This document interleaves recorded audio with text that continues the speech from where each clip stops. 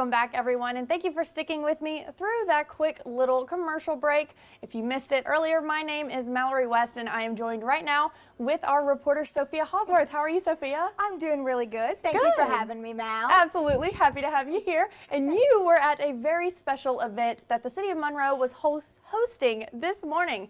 They celebrated Dr. Martin Luther King Jr.'s legacy at the Jack Howard Theater. And now, can you tell me about that event, Sophia?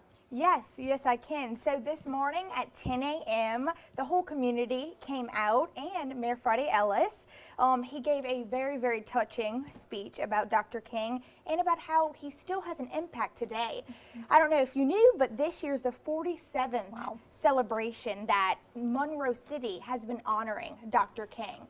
So this is a long-standing tradition, and this year's it was even more special because there was elementaries, high schools, education all throughout the parish came out to show their support of everything that he did. It had dance performances, poetry, spoken word.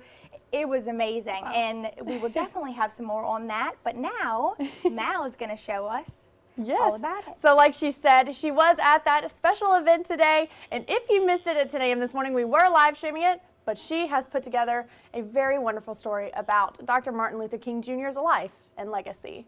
Monroe community celebrated Dr. Martin Luther King Jr. at the Jack Howard Theater, where Larry Bell Jr. represented the spoken word performance. He shared why Dr. King is so inspirational for him. And as a teenager, I was a writer. I was a poet even as a teenager. And I began to read some of his writings, and one in particular is from a jail. It was called The Letter from a Birmingham Jail. And even in the midst of being in jail, he was so encouraging, so inspiring. And I saw some of the vocabulary words that he used, and I was like, whoa, what does that mean?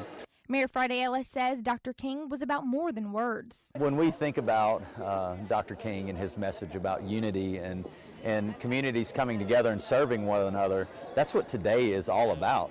Just recognizing his legacy and those who are still living it out today. Martin Luther King was a Baptist pastor who inspired millions to live out their faith. Destiny Reed says that hasn't stopped today.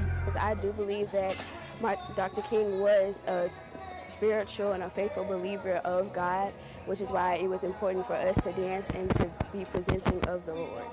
Mayor Ellis says it's empowering for children to hear Dr. King's message. To understand that you're never too young or too old to talk to leadership and tell them what you dream about seeing in your community. And that's why it's important for these young men and women that were attendance here today, because in the end, we're trying to build a future that captures them and their families, that they don't have to run off for opportunity.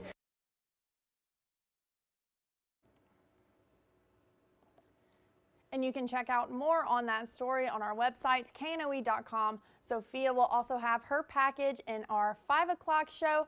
So if you missed it just then, you can tune in to our newscast again at 5 o'clock. But that is all that I have for this. We're going to go into a quick break, and then after, we're going to take a look at the weather. I'll be right back.